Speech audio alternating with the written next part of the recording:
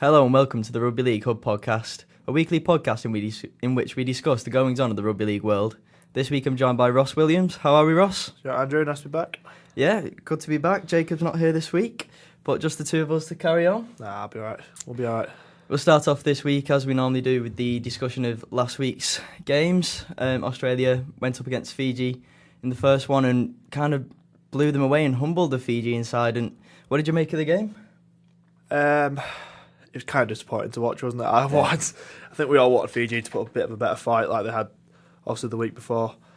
It was just business as usual for Australia, wasn't it? It was just too easy. It really was. I mean, I'm sure we'll get on to Valentine Holmes just being a bit of a pest, isn't he? All these tries he's scoring, but yeah, just a little disappointed it ended that way. Yeah, it kind of humbled the Fijian sort of romp and showed us that the new era still isn't quite underway. Australia are still going to dominate. They've got that bit of strength and depth that not many other countries have. A scoreline of 56-6 in a semi-final is not really what we want in the game, but what can we expect from the Aussies? They are the ruthless machine that we've known over the last couple of years. And then in the other side we had England against Tonga. Certainly a more interesting game. What did you make of that one? That's one way to put it. Interesting. It wasn't a game of two halves as much as a game of maybe three quarters. Three quarters great, 1 quarter not so much. Yeah, we just need that England 80-minute performance, don't we? And I'm sure we'll get on to how we can manage that in the final, if we can manage it in the final. But it wasn't quite there at the semi. But 2018, we got there. We've got to the final, and that's surely the important thing at this point.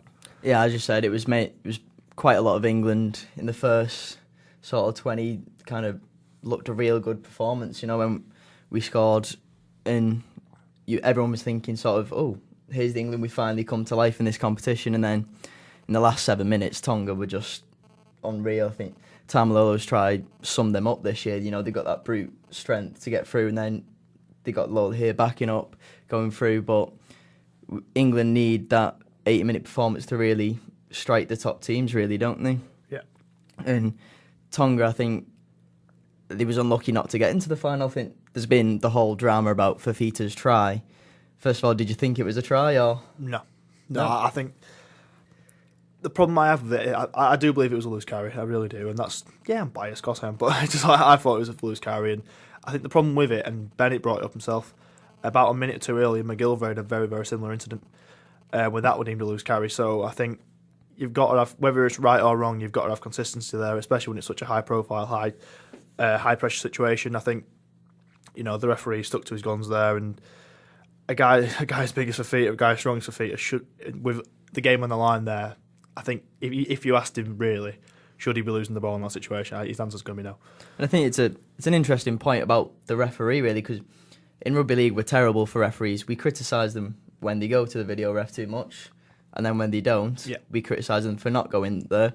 And personally, I'd rather see that in a big game. I think that's a fairer representation of the actual gameplay. I think if you slow that down and start watching it over and over again, the more you look at it, the more it looks like a strip. Whereas you put that in full flight of a game, and it's just a minuscule grab at an arm to try and stop someone in a semi-final. And I think if you send that to a video ref, I think you get the wrong decision there, and Tonga go into the final. Whether they deserved it or not, I don't think either one of the teams showed they deserved it more than the other. I don't think one of them really outdid the other that much in the semi-final. But certainly from a Tongan point of view, I think it's a better performance for them than it is for England. Possibly. I think if Tamalolo and Fafita stick, I think once this side starts gelling together and you got Lola here who's getting more and more experience, I think they could continue to cause problems. But that's a big if they can keep hold of the Tamalolos and the Fafitas. But I think, personally, Tonga, I'll obviously be devastated about the result, but the overall performance, I'd be happier from their point of view than an England one, maybe, just with the performance. I don't know if you can say that so much. I mean, the fact of the matter is England got to a World Cup final, Tonga didn't, and I think, in terms of the performance, I think we might potentially be underselling England a little bit. Yeah, the last 10 minutes were disappointing, of course it were, but overall, if you look at that entire 80 minutes, England were the better side for me. The fact that they were 20-0 up, I think kind of goes without saying. And so England can't be too unhappy with that, I don't believe. And like I said, that last 10 minutes, that can happen. When a team's 20-0 down in a situation like that, where England will still be feeling nerves no matter the scoreline. When a team like Tonga who had a quality side, we know they're a quality side, where they're going to just throw caution to the wind and start chucking the ball about and start just playing off the cuff stuff, you're gonna concede at that level against teams that good. England are always going to concede like that. So I don't think you can speak too much about England. In terms of Tonga, I think they will be pretty happy. They got to a semi. That will have been their objective, I'm sure, at the start of the campaign. I don't think they could realistically say they were going to get to the final as a proper objective. Sure, an aspiration, but I think their objective probably would have been probably quarters and then hopefully semis probably. And if you look at it, I mean, like I said, they've got 2 points. They've got within 2 points to get into a final. And I think the thing with Tonga as well is, I mean, the atmosphere and the crowd was absolutely unbelievable. That's one of the best I've ever seen in Rugby League. And that's something they can be very, very proud of. Yeah, they certainly do bring the passion to the game. And we'll stick with England, but move on to more of a debate of what Wayne Bennett said in his press conference after the game. There's been plenty of discussion about it. Everyone saying a win's a win, or the win's not good enough.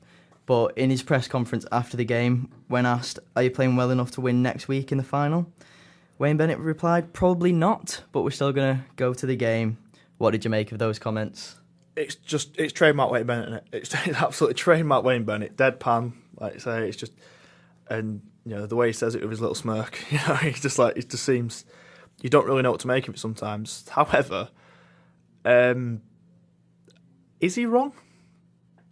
Is not necessarily judged on how England are playing, judged on how Australia are playing at the moment. Is he wrong at the moment? I wouldn't say he's wrong, and I wouldn't say that's what people have got the problem with. Yeah. I think most people accept that Australia are probably the favourites to win. Yeah. They probably will win. But I think the problem everyone has is, if you look at coaches and actually, there's meant to be a sense of pride in your team and sense of belief in your team, and I feel like when a head coach is saying we probably won't win, if you said it different, say like, oh, Australia are the favourites, but we'll give it a go, give it the whole underdog talk, but saying we probably won't win, but we'll still turn up, it just sounds a bit sort of not bothered. It doesn't sound great, I admit, yeah. It makes a lot of people think whether it is what England need. We've spoke about it in the past, but as we said, there's not many other options, certainly English options at the moment, but is it really what we'd need? Would you like a bit more, sort of enthusiasm within that role? I just wonder about Bennett, because the thing with him is you're never going to get enthusiasm. We know this. Yeah. It's just he is what he is, and we've known that. And I do feel with comments like that, potentially, is there maybe a sense of job done for him? The fact that we've got to this final, that was surely the objective. I mean, yeah, surely the objective is to win the World Cup, but realistically, it was to get to the final and then have a go in the World Cup final. It seemed pretty laid back in that press conference, despite what just happened 10 minutes before in that last 5 minutes.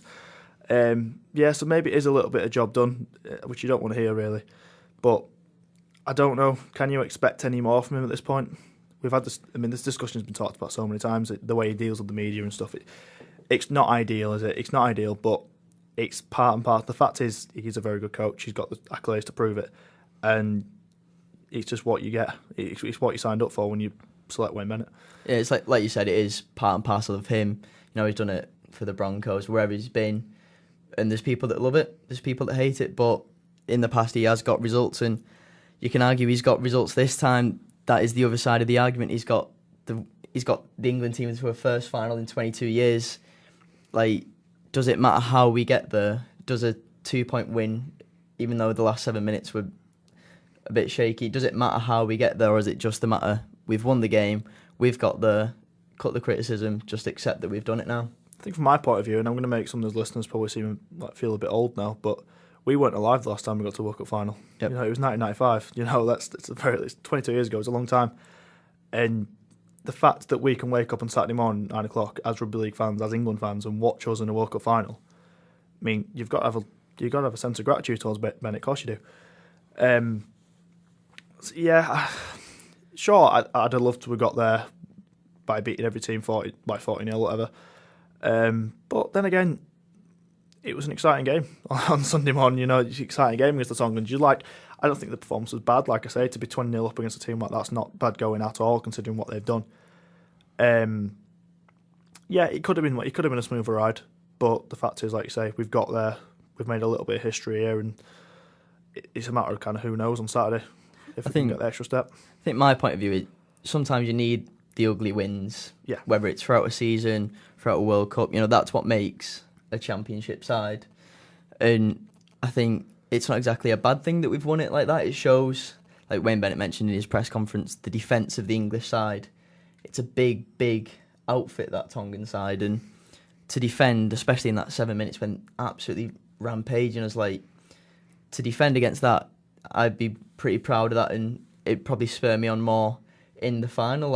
Australia a bit more skill-based, we know that, but we've showed our defence can sort of handle that, and we wasn't too far off in the first game against Australia. Just that last quarter again that we can't seem to get up and match them in that level, really.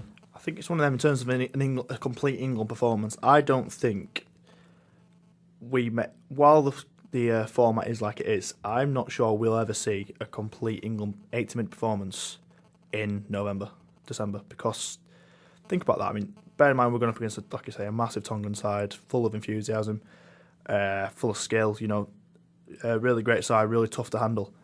And some of those lads in the middle, I mean, if you think about it, they've played 30 Super League games, top level. They've played, maybe 3-4 Challenge Cup games, up to 34, 35 already. Then they've gone on tour. So they've played, 5-6 games now? You're talking 40-plus games in 52 weeks, It's a lot of these lads are going to be very, very fatigued at this point. So to even put together a 70-minute performance against a side like Tonga, probably, sure, there's a lot of NRL players in there, but not all of them will have played that many games, for sure. I doubt it, other than potentially the whole players in that team, your Fanuas, your Manus, that kind of thing. Not that many players in that team will have played that amount of games and had that kind of rough and tumble all season. So I think the fact they managed to put 70 minutes together in a side like that isn't that hard going at all. It's more a problem with the format than the actual players themselves. Yeah, I think certainly there's more optimism to come out of this game than the typical pessimistic England fans are making from it. And we'll move on to the final now and preview that. In the final, obviously, it's Australia who are the perfect example of a well-oiled machine. No matter what side they put out, no matter what players, they just keep on rolling and just producing the performances to get to the finals. And they've shown that they're still dominant throughout this competition, especially with the game against Fiji. I know before the tournament, if someone said, oh yeah, Australia are going to beat Fiji and it's going to be a shock they're going to beat them by that much, I don't think it was necessarily a shock. I think when it comes down to the business end, Australia can turn it on with a click of the fingers. But did you expect more from the Fijian side? I mean, I have to say, yeah, because my predictions last week all said it'd be a little closer than it was. But I think it might have been a case of, they kind of had their World Cup result against New Zealand. Yeah. I think when you have such a massive game like that, and then all the accolades you come with it, all the passion that comes out afterwards, the tears in the press conferences, the tears in the field, all that kind of stuff. When you release all that kind of energy in that kind of game, I think it probably is pretty tough at that level to then go in with the same intensity the week after, especially when you're going up against a side like Australia who are just so consistent and they can just grind you down. So we're probably a little bit too optimistic for Fiji, I reckon. But a bit disappointing they couldn't put together a slightly better display, but it's just really tough to do against the Aussies, isn't it? And following that 56-0 or 56-6 thrashing, does it leave much hope for the English? Can we expect a game like the first group game? Are Australia going to be even more clicked on and even more sort of together now, or are we going to expect another really tough battle where we might just be edged out? It'll certainly be closer than the Fiji game. I mean, we're a better side than Fiji, 100%. And yeah, I mean, you can say the Aussies probably are better than when we faced them a month ago, because they've had that time together. They've managed to gel, get the combinations right. But so have we. We've had that same preparation time. We finally seem to have half-back partnership, which he's okay with. We've got a bit of structure going. We've got Widdop at full-back. That didn't happen in the first game. In many ways, although it's a similar kind of personnel, it is a different team. It does look a different team. And I think my thing about the Aussies is the absolute strength and depth that they've got within that side. It's scary, isn't it? You think you've got players such as Boyd, Inglis, Jack Bird, up and coming, Jake Trebojevic, who got injured in the first games, like James Maloney, Matt Moylan, who aren't even there, Mitchell Pearce. There's a whole. It goes on and on. There's a plethora. Yeah. You could reel off names for the rest of this podcast of players who would probably walk into an England side. Oh, 100%. Maybe even a Fiji, New Zealand side, and you compare that to our pool of players, and you think it's such a big deal that we are playing them in the final. And can you take a sense of pride from that? They've got such a good pool of players, and we can sort of match them for so much. Oh, definitely. I mean, some of the names just reeled off there. I mean, you talk about players have got. I mean, Greg Inglis. You mentioned Greg Inglis is one of the best fullbacks I've ever seen. He's unbelievable. I'm fortunate enough to see him live, and I mean, we went into this World Cup without a recognised real fullback. You know what I mean? Then we managed to get to this final, and if nothing else, we're at least in with a shout to win that final. And you think of a guy like Inglis who can't even make the team. I mean, granted, he's behind one of the greatest of all time in Slater, but there's a real sense of pride in it. But it's never been any different, has it, for the last 50 years? Yeah. I mean, there's just a constant conveyor belt of talent. You look at the halfbacks through the years, Wally Lewis, you go all the way through to Darren Lockyer.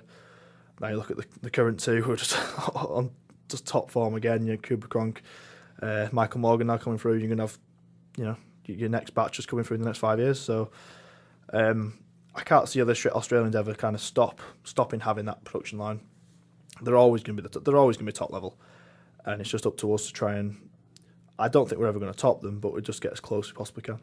And I think in recent years we have been getting closer, and this is probably, I won't say our best chance. There's probably been a chance where we could have been better, but I feel like they've got a few big names out. There's a few people who've been drafted in, and they've deserved to be drafted in, but I think especially now we could make a strike. One thing that could hinder that in the final for England is Josh Hodgson's injury out of the game. Means that Roby will probably start. What do you make of that? Is it a good thing? Obviously a bad thing losing Hodgson, but how will it affect England's overall performance of the game? It's just so ironic, isn't it? And just typically England. We've spent the last 2 weeks in this podcast discussing should Hodgson start at 9. We both pretty much decided no, we shouldn't. It should be Roby. And then we get to the final, he's out anyway. So even though Bennett's stuck with him all this time, and then it comes down to crunch time, as it were, and you feel for Hodgson, you really do. I mean, it's a pretty bad injury. Also, he's going to miss a fair chunk of next year as well, which is a real sickener for him. It's just a shame for our chances as well, because the fact that Bennett has stuck with Hodgson means that's what the team's used to now. So to bring in Roby, and I mean, you look at what we've got in terms of depth. Probably going to be Roby 80 minutes, isn't it? I'd imagine. So, I mean, he's had a long season himself. Hopefully he can, I think endurance-wise, if anyone's going to last 80 minutes, it's James Roby. He's been doing it his entire career, but, he's up against arguably the greatest 9 of all time in Cameron Smith opposite him. It's a tough ask. But, it's just a blow, isn't it? It's a blow, but we'll just have to see how it goes. I think the problem is, as you say, it's the conundrum what to do with Roby. The back end of his St Helens career, I've seen it the past probably 2-3 years, he has been more of a spelled 9. He's been coming on, first 20, coming off the last 10 of the first half-ish, coming on when we need him again.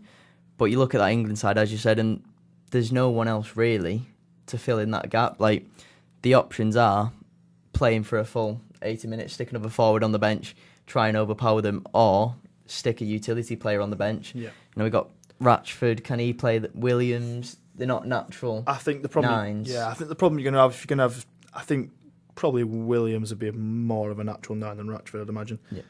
He's got a bit more size to him, hasn't he? But I think the problem with that is that you bring him on then, and all right, he might be playing 9, but he's still an halfback. You can't just teach that out of him in a week.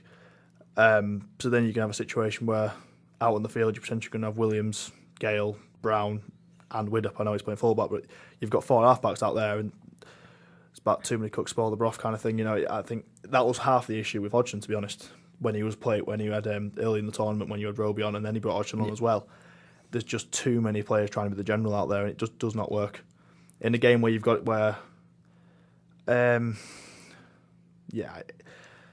for me, it's got to be Roby playing 80 minutes, and you bring one of those big forwards on, whether it be a Scott Taylor or something like that. You probably deserve a shout. Mike McMeekin, just someone who's going to match the Aussies physically. I reckon. Just give them something to think about. Yeah. You had to throw a cast player in there, didn't you? Oh, wow. And I'll throw another curveball at you here, bit off topic, but Luke Gale has been getting quite a little bit of cop on Twitter, sort of not performing to his regular standards that he has throughout the season. What do you think of his performances in this England side? Do you think it's the system that's not allowing him to play? Or what do you think's sort of gone wrong in a way? I don't think he's been that bad. I really don't. He's received a lot of criticism, and I understand it because he came in with a lot of hype in his Man of Steel. He's supposed to be our bee's knees, meant to be our best player going in there. I don't think he's been horrendous, like people are saying. He's not. I don't think he's let anyone down. You know what I mean? I think, he plays in a system which is predominantly aimed towards the left. Really, Casford. He's got a recognised six in Ben Roberts opposite him. The fact he's had to play with 2 6s isn't great. It's not ideal when you've only got a couple of games to prepare.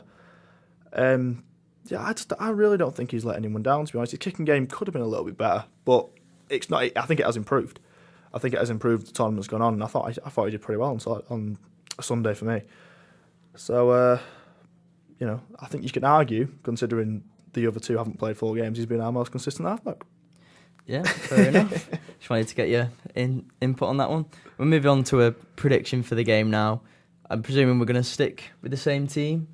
If there's anything you'd change, and then a score for the game. In terms of the team, we've had the Bateman discussion more times than anything, and it doesn't matter what we say. He got his try anyway on Sunday, so there's absolutely no way he's dropped. There's absolutely no chance. He'll definitely be playing in the centres. For rightly or wrongly, that is the decision he's made, and that's what he's going to go for. I think the team, like I say, I can see Roby playing 80 minutes. I hope he doesn't just put Williams in there for the sake of it. Just unless Roby physically, we're not there all week. We don't see the training. Whether he can actually do 80 minutes, we don't know that. And I'd like to think if we do see a Williams or a Ratchford or something like that on the bench, that is purely because Roby literally cannot do 80 minutes. It's going to be potentially the most intense game of his career. You know what I mean? So you can understand it. Again, like I said, at the end of a long campaign, which probably played 40 games. But yeah, I think if he's good to go, he's fit, he's ready.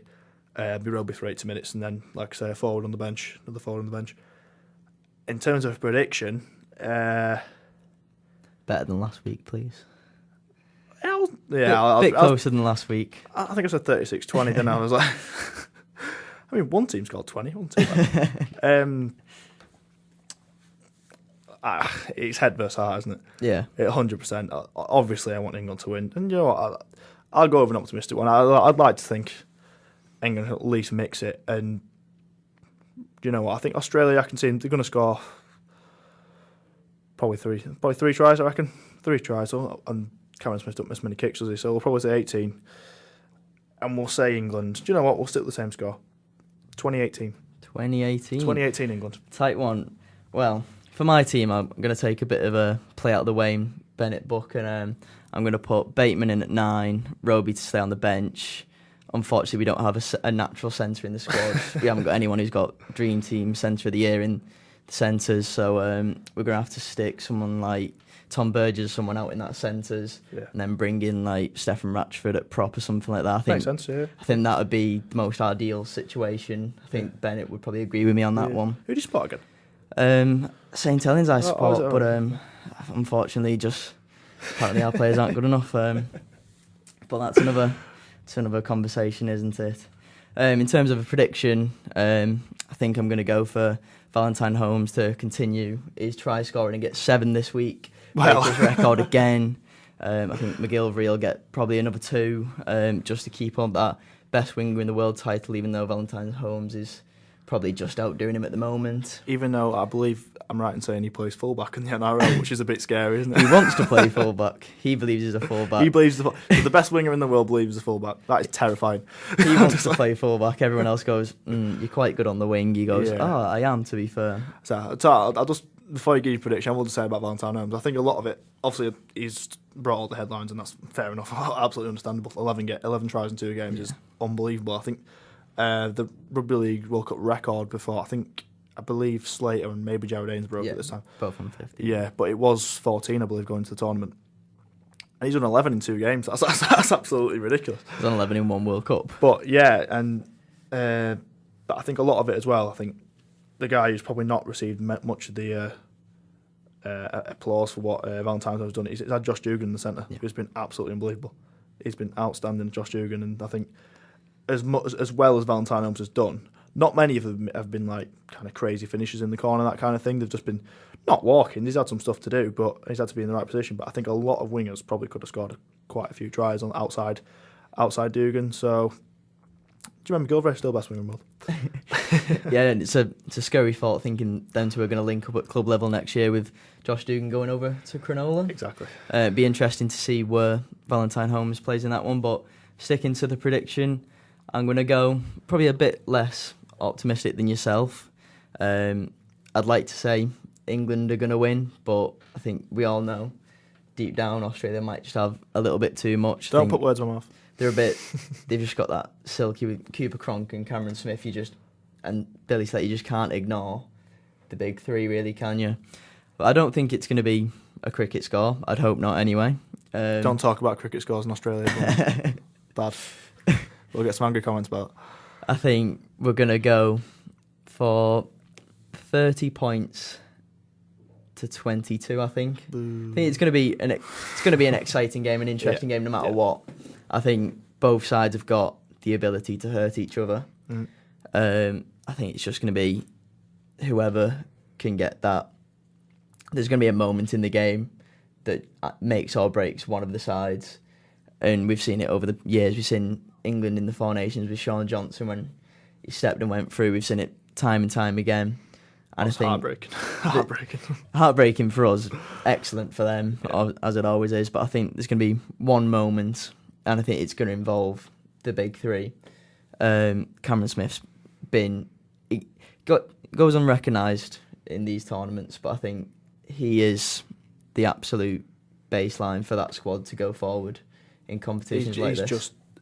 You talk about Cameron Smith, and he's just the epitome of a top class rugby league player. And I think he's one of these players where I think, like you say, he kind of goes a little bit underappreciated because of his position more than anything. The fact that he's 9, he gets through a lot of the donkey work as much as he is classy as hell. And I think he's probably one of these players where until he's gone, until he retires, which is why the script kind of is written for him. This will be his last World Cup, I imagine.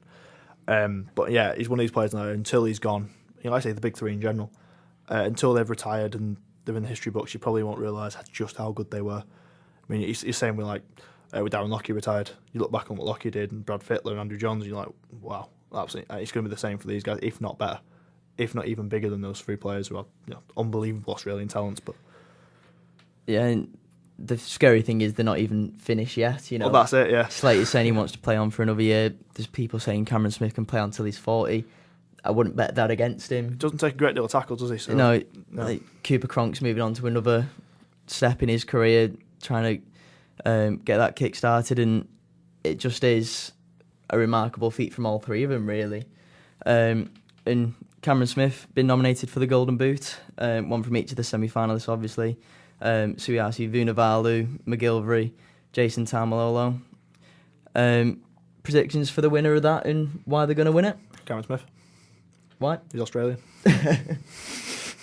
No, but in all honesty, we've just touched upon it. He's one of the all-time greats for me. And the thing with Cameron Smith is, even if he has a relatively unremarkable game, and he might not go for a try, he might not even make a try, but the guy just does not make errors.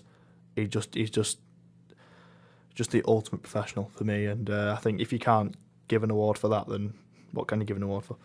I'm going to mix it up a bit on this, and I'm going to go with Jason Taumalolo. I think as much as it makes sense to go for Cameron Smith, you know, it's kind of like the Ballon d'Or in football at the moment, with Messi and Ronaldo dominating it. It pretty much is dominated by Australians. Yeah. You know, we've had Cooper Cronk, Jonathan Thurston winning it I think it's 2 times each now they've won it. Yeah, I believe so.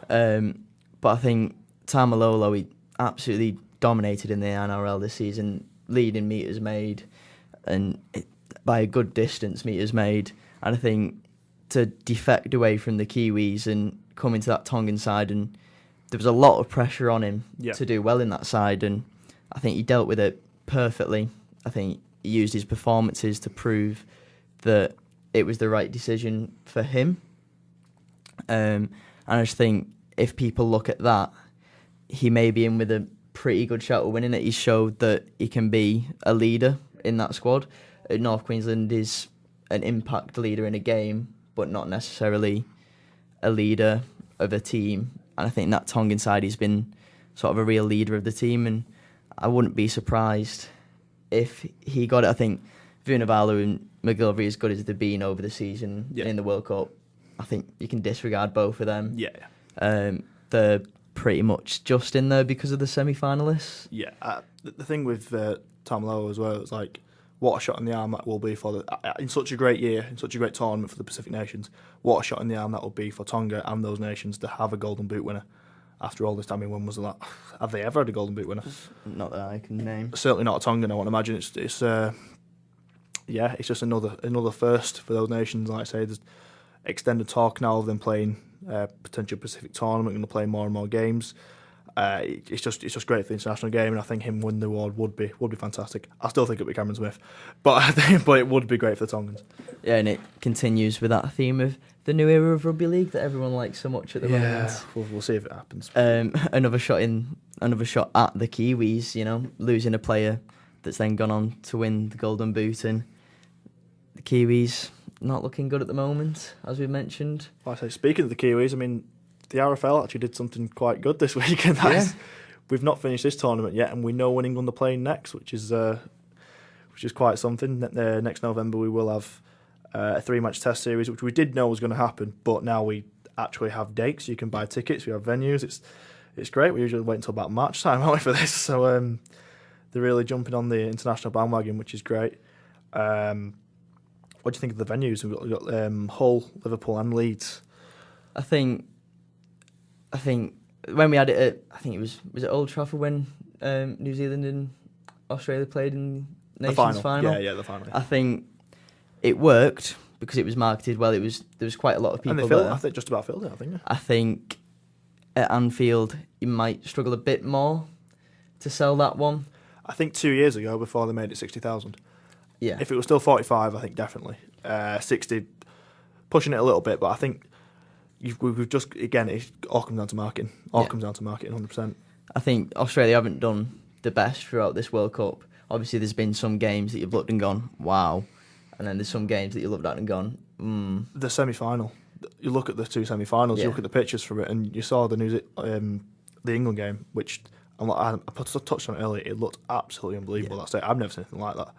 25,000-30,000 completely decked in red. There was a fair few England fans there as well, by all accounts. But yeah, that was something seriously special, and that is the biggest advert for rugby league you can possibly have. The game the day before at Brisbane, at the stadium where the finals going to be played, and man, the dog on it. There was no one there. It was like, what was it? Maybe wasn't even a third full, was it? It was really poor. To say that is the city that's going to host the final on Saturday, I mean, you'd like to think they'd fill it, but who knows? I really don't know how ticket sales are doing for that. So it's going to look poor on the tournament and the game on the whole if this is going to be a World Cup final in Australia, the home of rugby league at the moment, the biggest country in the world that plays it, and they can't fill out a stadium. And the Suncorp's not the biggest either. We're not talking about 100,000 seater. You know, it's not the biggest of Suncorp. So if they can't fill it for a World Cup final, that's not looking good at all.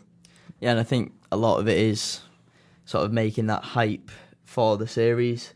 I think New Zealand's probably the best team to go up against. Yeah, that's it. I think if it was against Australia, a lot of people would be like, don't want to go and watch us get beat.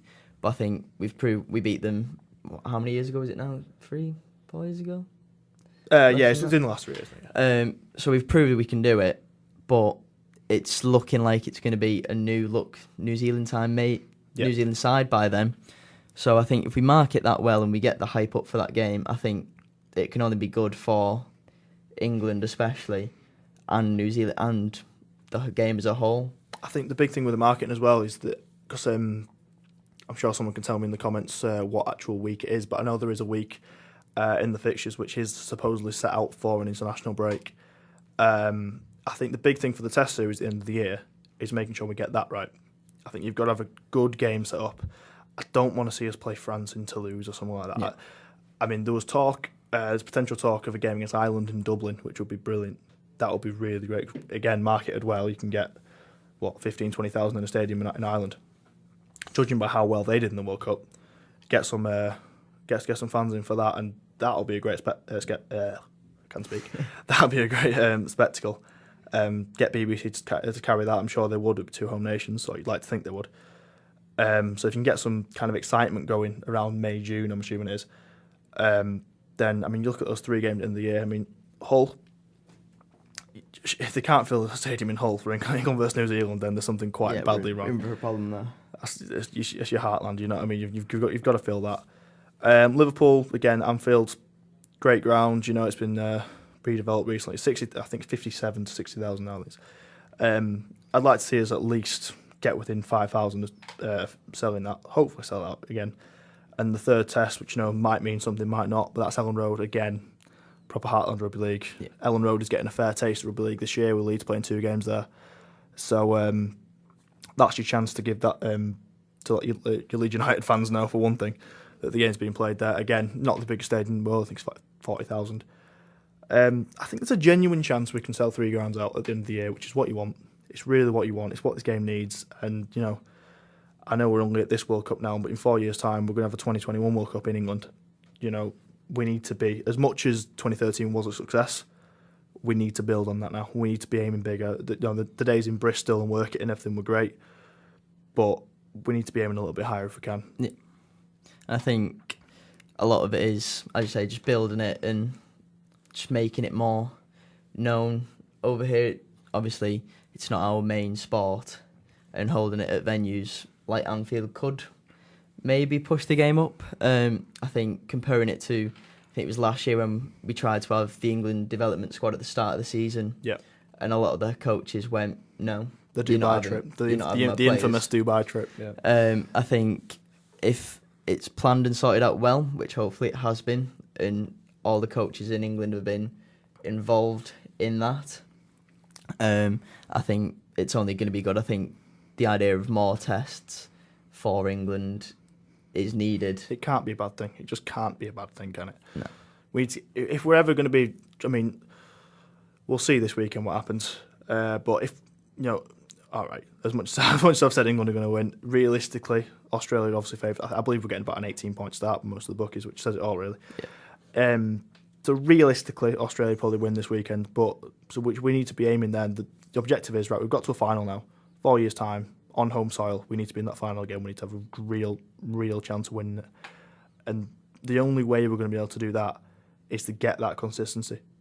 We need to have more and more England games, get these players playing together, like the Aussies do, whether it be through test games against the Kiwis or State of Origin. I know we don't have a State of Origin. And as much as I would like to see a Yorkshire-Lancashire game, don't think it's really realistic at this point. So tests are the only way forward. Tests are really the only way forward. I think eventually, if we're going to have a proper international calendar, it will mean another restructure of Super League, just because of the amount of games they play. Yeah. But that I don't think that's a bad thing in terms of player welfare and everything. I was saying to you, I spoke to Chris Thorman last week, and down at Huddersfield, he's a guy who's done it all in Super League in the English game, and he was saying about pre-season seemed to be shorter every year, and the fact it's less than 10 weeks now till the start of the season, and we've not even had the World Cup final yet. It's mad, isn't it? It's absolutely mad. Let's start the season a few weeks later.